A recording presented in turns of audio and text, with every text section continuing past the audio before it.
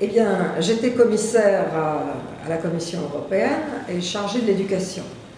Et j'avais observé depuis longtemps qu'il y avait un problème en France, mais aussi dans d'autres pays européens, concernant les jeunes qui n'arrivent pas à rentrer dans le système éducatif classique. Pour toutes sortes de raisons, en général des raisons familiales, l'entourage familial ne s'est pas occupé d'eux, ils sont en dehors complètement d'un certain nombre de choses, et ils ont tendance à se replier sur eux-mêmes et à considérer que l'éducation, c'est pas pour eux. Et donc, j'ai eu l'idée de créer ce projet des écoles de la deuxième chance, et nous avons écrit à un petit groupe de personnes, nous avons écrit ce qu'on appelle le livre blanc.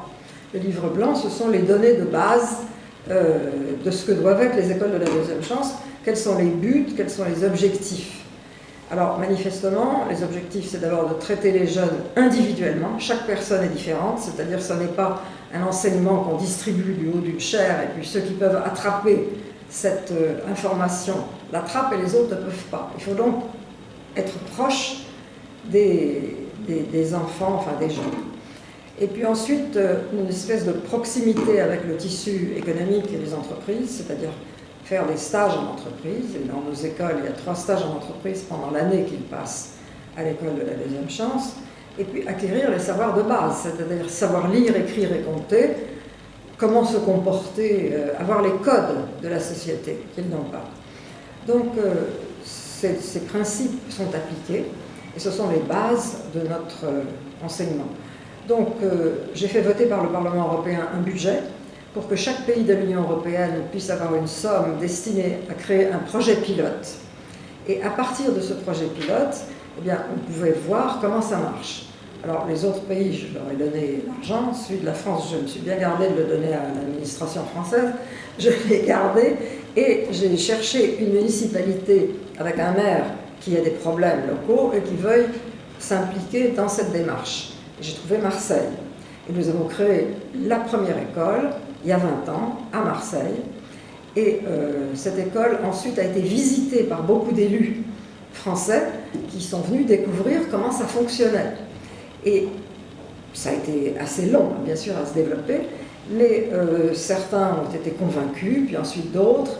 Ensuite, plusieurs années après, l'État s'est impliqué. Avant, il y avait juste les collectivités locales, c'est-à-dire les villes, les régions et naturellement le Fonds social européen.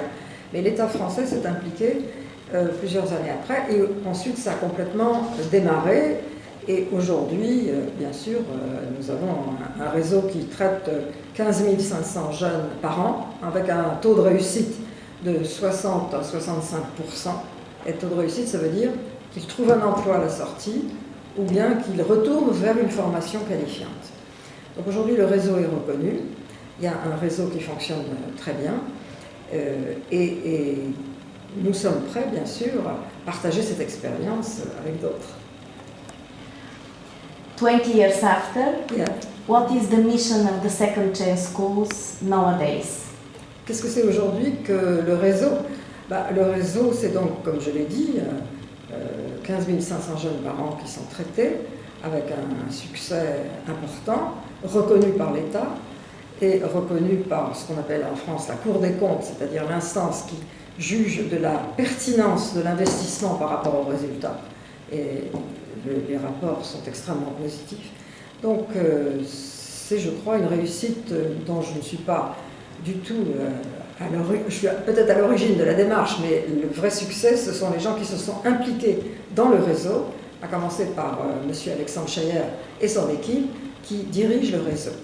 Voilà, donc aujourd'hui ça marche très bien. J'ai créé à côté du réseau des écoles une fondation pour tout ce qui est périscolaire, c'est-à-dire culture générale en dehors de l'école. Des voyages, des enquêtes, du théâtre, du sport, toutes sortes d'activités de découverte. Parce que je me suis aperçue que ces jeunes vivent d'une façon enfermée. Ils sont dans un tout petit milieu et quelquefois, même quand on leur propose quelque chose, au début, ils le refusent parce qu'ils ont tellement l'habitude de ne pas comprendre qu'ils pensent qu'ils vont encore une fois ne pas comprendre et qu'on va peut-être les mépriser. Donc il faut franchir cet obstacle et pour cela, nous avons mis sur pied avec le concours de grandes entreprises françaises une démarche d'ouverture pour toutes sortes d'activités. Et nous allons célébrer les 20 ans de la première école à Marseille, à la fin de ce mois, et ça va être un grand événement. J'ajoute que chaque année, nous faisons des rencontres sportives entre des jeunes de toutes nos écoles.